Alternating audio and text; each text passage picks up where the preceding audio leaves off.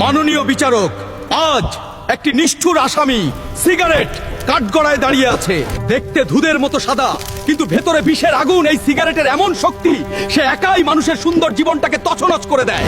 এমন নেশা ধরায় মানুষ তার জন্য সবকিছু করতে রাজি হয়ে যায়। কাজে, টাকা, পরিবার, সম্মান সব হারায়।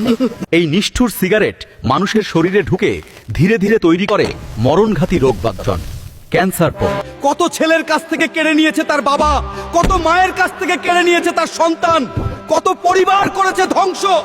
মহামান্য আদালত, এই সিগারেটের বিরুদ্ধে সাক্ষী হলো হতোই হাসপাতালের বেড, ডাক্তারের রিপোর্ট আর কাঁদতে থাকা পরিবারগুলো। Order, order. সব সাক্ষ্য ও প্রমাণের ভিত্তিতে এই আদালত ঘোষণা করছে, অসংখ্য মানুষের মৃত্যুর জন্য দায়ী হওয়ায় নিষ্ঠুর সিগারেটকে ফাঁসির আদেশ দেওয়া হলো। যারা এই সিগারেটটির ফাঁসি চায়, কমেন্টে লিখুন ইরান ফাঁসি চাই। এবং যারা তাদের জীবন ভালোবাসেন, আজ বলুন না ধূমপান, হ্যাঁ জীবন।